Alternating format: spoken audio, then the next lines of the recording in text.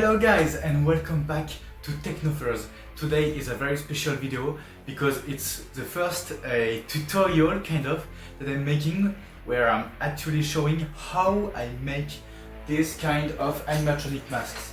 And by how I mean the process of assembly, furring, painting, stamping. So there's a very special context behind this video, as you can guess, because I'm not making it out of the blue. Basically, a few weeks back, I met with my amazing friend Nathan, which is a friend from middle school, basically, who was there when I decided for the first time in my life that I would make springlock suits in my life.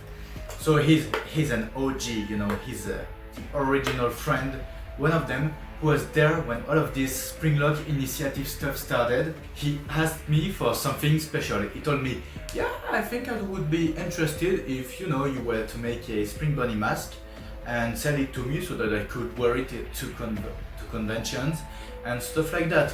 If he's ready to pay me for a commission for me to make him a mask, I would be free to make it and to sell it to him in order to support the springlock initiative, which is that little filler you see right here, definitely bigger now.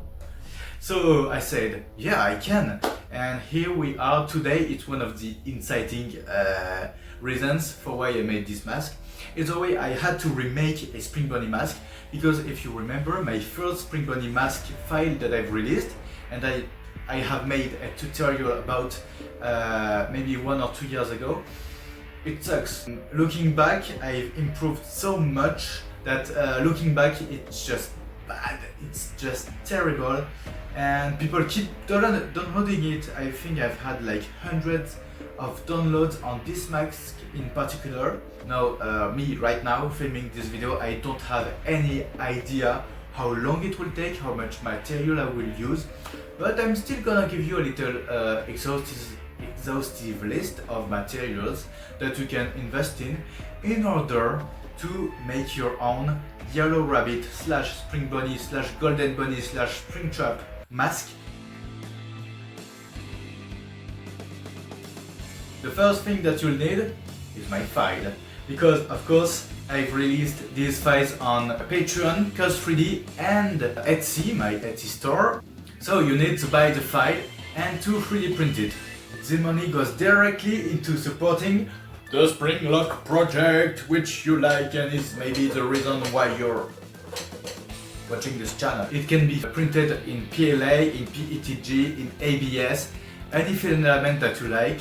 I would recommend, however, something sturdy and temperature resistant, especially if you go to conventions, because sometimes it gets hot in there, and PLA and PETG don't really mess with sunlight and hot temperatures because they kind of start to melt after a while. So you need to print all of these parts.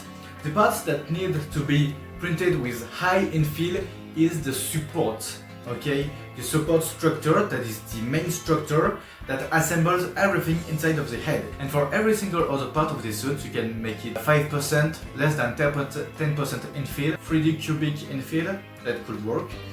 And this way you will have a light part and the head won't be as heavy as this one on your head. But in my defense, okay, this one is filled with springlocks, heavy springlocks and metal parts, so it's normal that it's heavy, you know.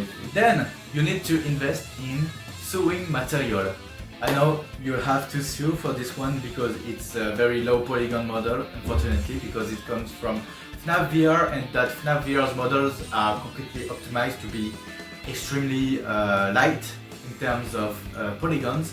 I would recommend that you fleece it or whatever. Just make sure you add a little layer on top, okay? So you need sewing material, you need fleece. I use polar fleece or fur if you want. You need needles, pins, you'll need wire, you'll need scissors as well. And some people use patterns to make this suit. I don't do that, first off because I'm in a 20-meter square room, and secondly because I don't want to. I mean, hey, look, this mask was done without any pattern. I didn't do anything pattern-ish on this mask, and it's good. Look at this, we don't even see the seams. But when you look at my first SpringBonnie mask, which was made with patterns, it just doesn't look that great.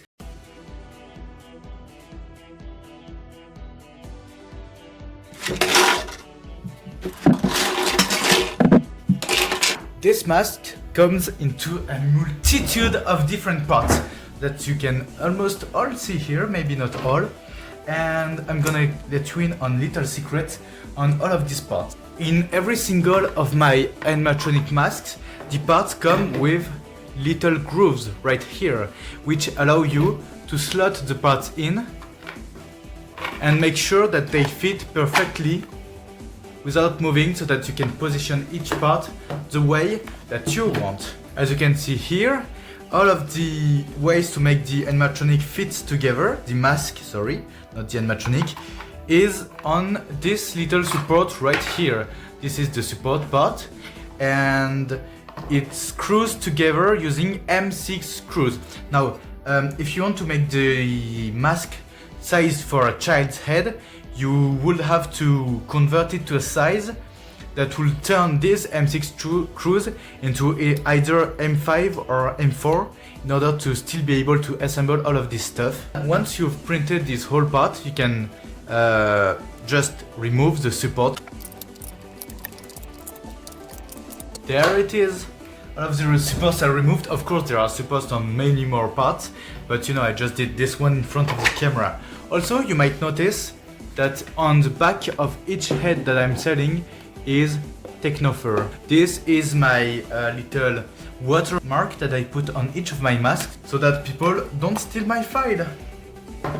Now, some of these parts on this animatronic will have to be sanded. This is to make sure that they actually look good once they are printed and once they're assembled, and there's no little layers like here. You can see in the light there's layers. Well, you don't want that.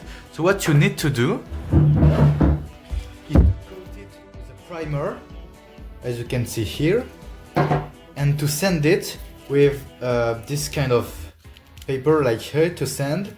Or I use this. It's very handful, I swear, and repeat the process. You prime, you sand, you prime, you sand, and you go with finer and finer grain as you go along until you get a nice and smooth texture. As you can see here, it's supposed to give you some kind of result like this. It's not smooth enough, but the more you go into the process, and the smoother it's going to feel, okay? One last note I'm going to make before assembling the entire head is that the teeth have some sort of support to guide them into being placed, so that you're always sure that the teeth are in the right position at the right time, okay? So this mask is extremely intuitive to assemble. There are grooves everywhere, and you can just put them, like glue them on like this, like a Lego, or use the plastic stapler that I discussed a bit of time ago to make sure that, you know, everything's just firm together and holds together well. So now it's time for some assembly. So as I told you, you pick the two parts that you want to assemble right here, and then you take your glue or your gun, your little gun, your heating gun, and you just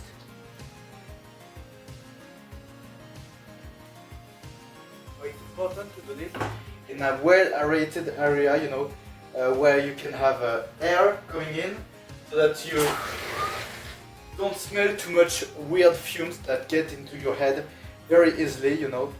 And after you're done with that, you're supposed to twist these little ends right here and to snap them off, and then to sand the area a little so that it doesn't become, you know, itchy when you wear the suit.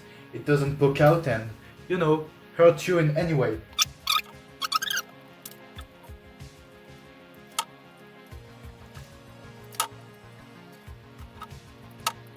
For example, right here I've just assembled the jaw, and it's pretty strong. You have to let it cool off, by the way, so that the parts can just fuse together, you know. Second part done.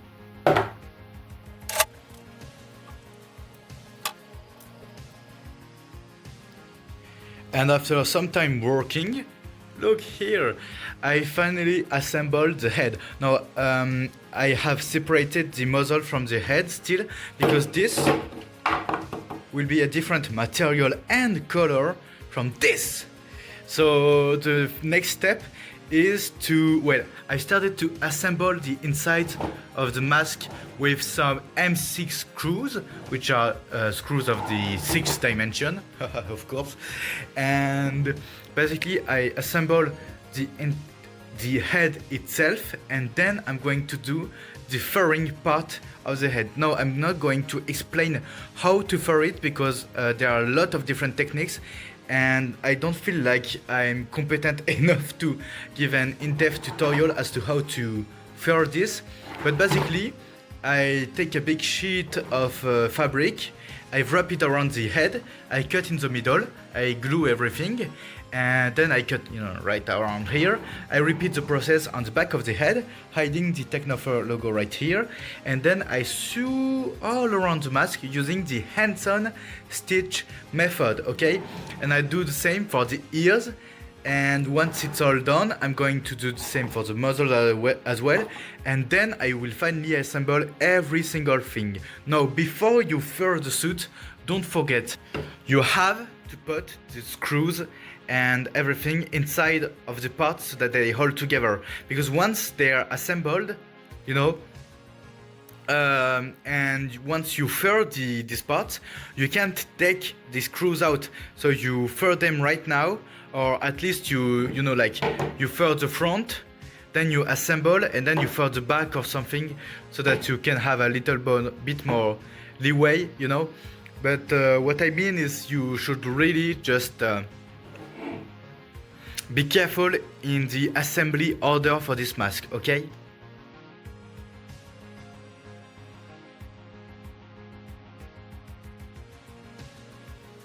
Okay, so I've done all of the furring on the SpringBonnie head. As you can see, it's barely visible, and I've managed to do the ears as well.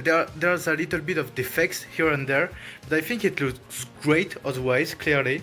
So yeah, so the next step is gluing the teeth, because you have little sort of rests on the jaw, so that you can be sure that the teeth are properly attached, and other kind of good stuff. And gluing the nose. The ears are attached here by M6 screws, and there it is. So this took me about 2 nights to sew everything. I used a simple ladder technique for most of the stuff, and on some parts you can barely even see it. So yeah, it took me a while. Alright, so that's SpringBonnie for you.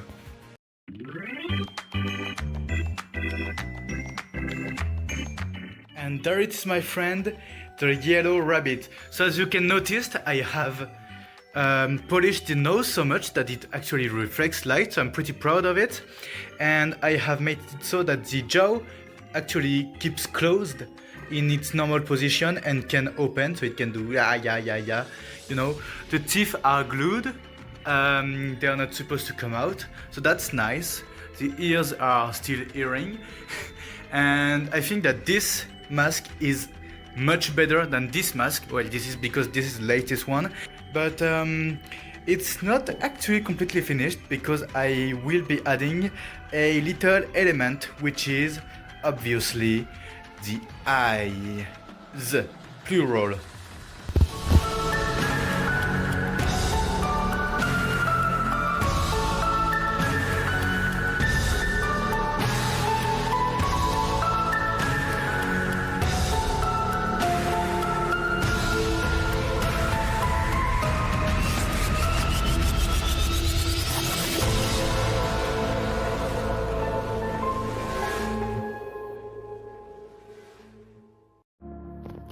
And now, after what feels like months, but actually just 3 weeks of printing, building, assembling, furring, and all of the other words that can end in ing, this mask, it is finally done.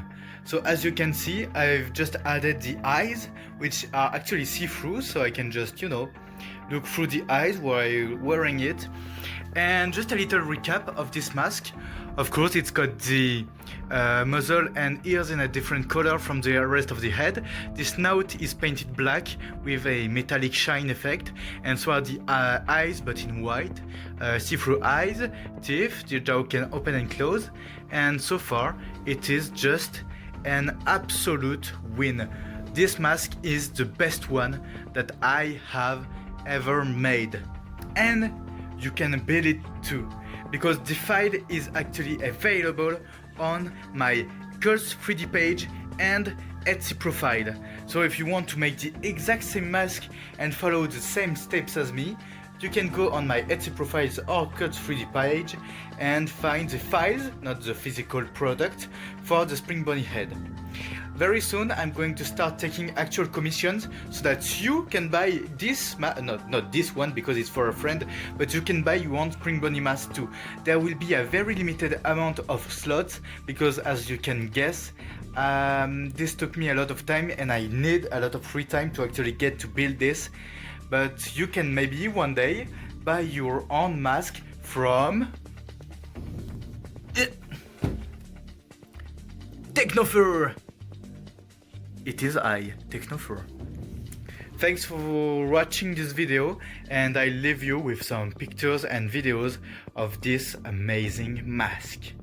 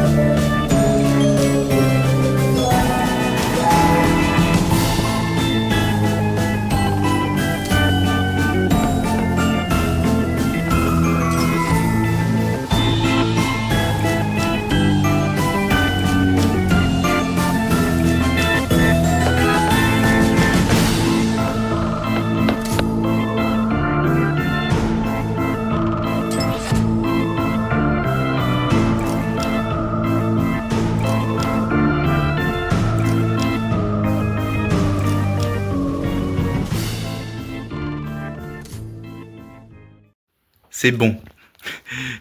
They might kiss, or they might not. Oh, c'est trop mignon. C'est du yaoi.